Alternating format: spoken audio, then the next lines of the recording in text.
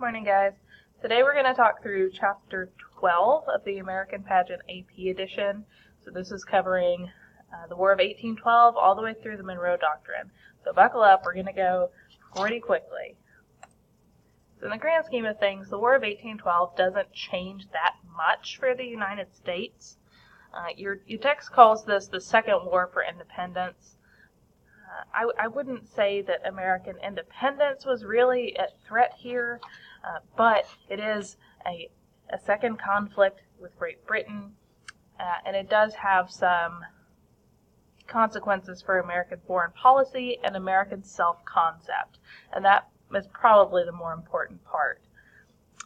At the beginning of the war, the Americans had this plan that they were going to attack the British in Canada. That's where British forces were weakest. They had the least defenses there, but it was genuinely just a bust. The Americans were burdened with general confusion and general mud, and in addition to that, a lot of their military leadership were kind of, let's call them antiquated generals from the Revolutionary era who had been pulled out of retirement to try and lead troops again, and they weren't necessarily up to the task. Let's say there's no Washington that comes out of the War of 1812. That's not to say there are not some great leaders here, but none to that degree. The push north is defeated pretty soundly. The American victories in the War of 1812 are mostly naval victories, which kind of makes sense given President Jefferson's push for a stronger navy. The American army, land forces were really supplemented by militia. Remember, there's no large standing army at this point. And just like with the American Revolution, a lot of these militiamen are not well trained, they're not terribly invested in the fighting, and they're just as apt to run away as they are to stay and really engage in combat. We have some naval successes, like I mentioned. One of the more remembered, let's say, is on Lake Erie. The man in command was Oliver Hazard Perry, and he has this very famous statement of, we have met the enemy and they are ours, and that kind of thing helped with American morale, but it didn't do a lot as far as bringing the war to a close or having any sort of large scale decisive turning points in favor of the Americans here. We have some foreign issues, like overseas issues, that really impact the war in the United States. Remember, Napoleon is active in the 1810s, around 1814, and Napoleon's temporarily defeated by the British, and he is exiled for the first time to Elba. Now, when the British are not worried about what the French are doing, they're able to send more troops into the United States and to try and put down the conflict there. With that flood of new British troops, we see in August of 1814, the British are able to invade D.C. And in fact burn down the capital city. So if you go look at the White House now, it's not the original White House.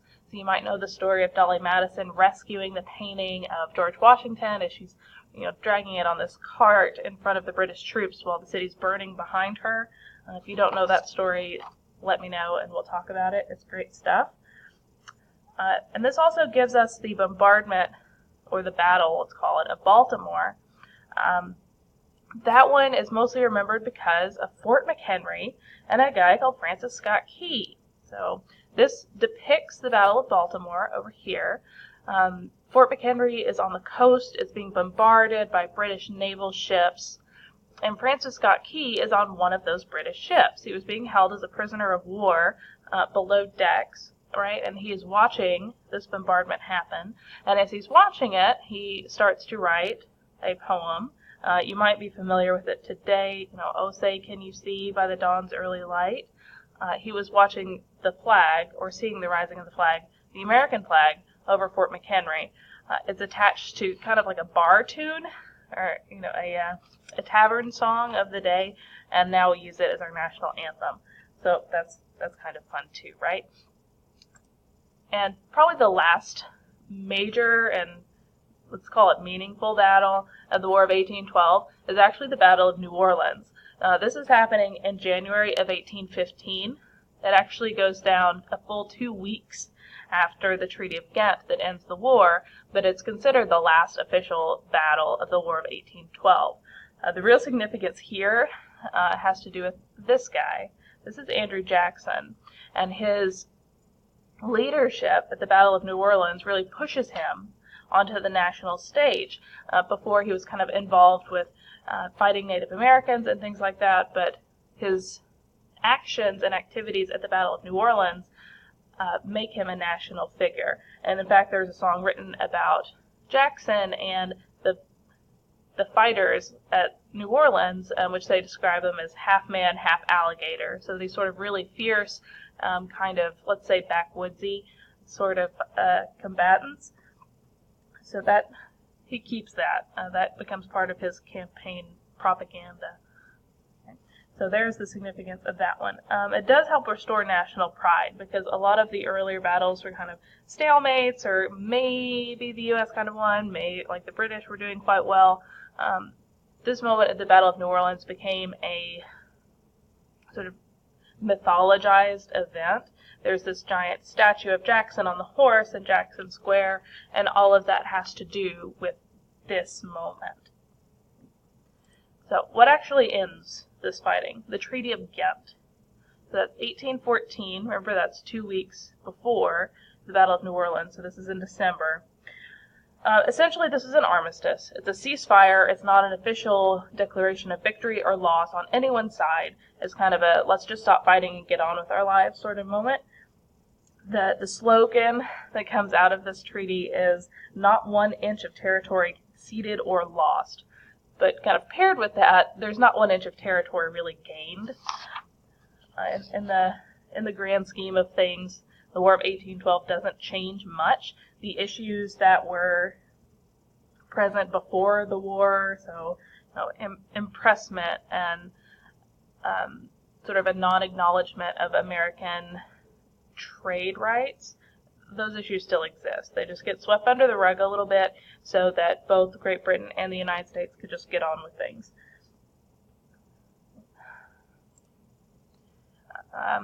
Post-Treaty of Ghent, there's this sort of feeling of American pride and nationalism. Hoorah, hoorah, America, we've defeated the British again. And kind of paired with that, you get this rise of new heroes. So we've talked about Jackson. You also get William Henry Harrison. Both of those guys go on to become presidents, and both of them sort of rely on their War of 1812 experience and popularity to help them do that. You also see the rise of American literature. So these two are pretty prominent for the time, and they become popular not just in the United States.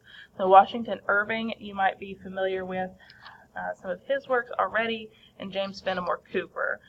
Cooper writes the Leatherstocking Tales, and Irving does more with kind of like folktale things.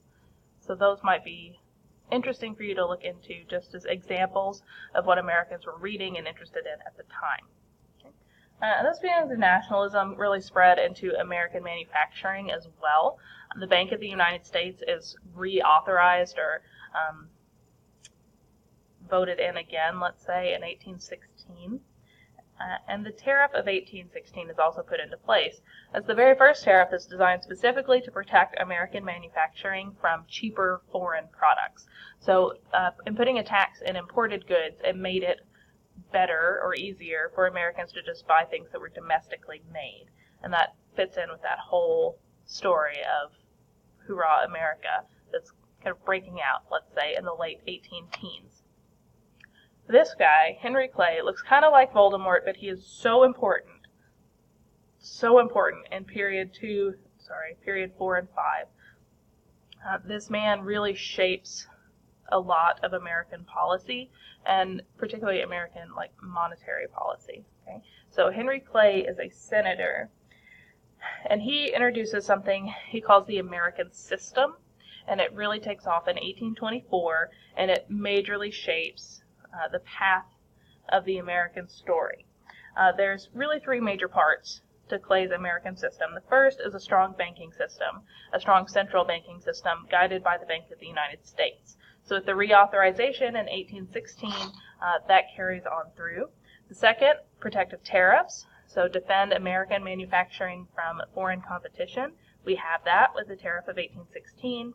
And the third is really important, especially for folks living in the West. It's a strong network of roads and canals. And having those roads and canals allows for easy movement of people and goods across the Midwest and further into the West. American imperialism at first is not interested in getting territories off in other places, not out in the Pacific or the Caribbean, but it's spreading westward. And having good roads helps facilitate that. So let's talk about James Monroe. I'm wearing my Monroe shirt today.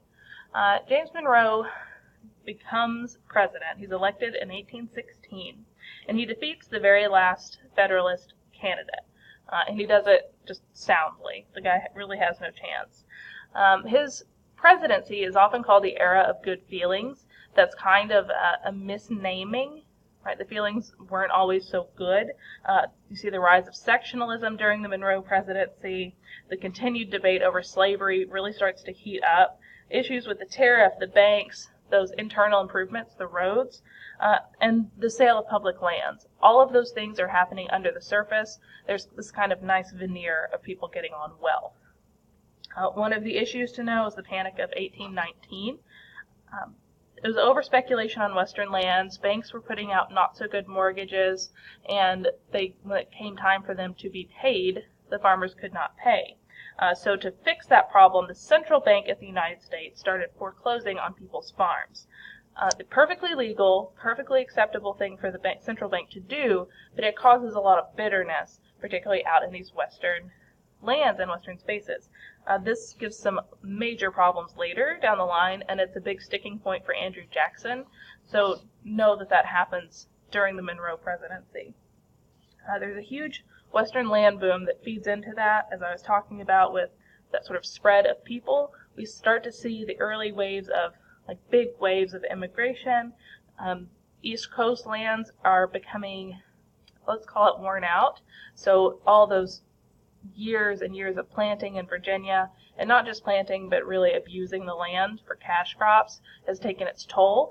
And so farmers are trying to move west to this sort of rich soil out in the Midwest and West, and the shift of people starts impacting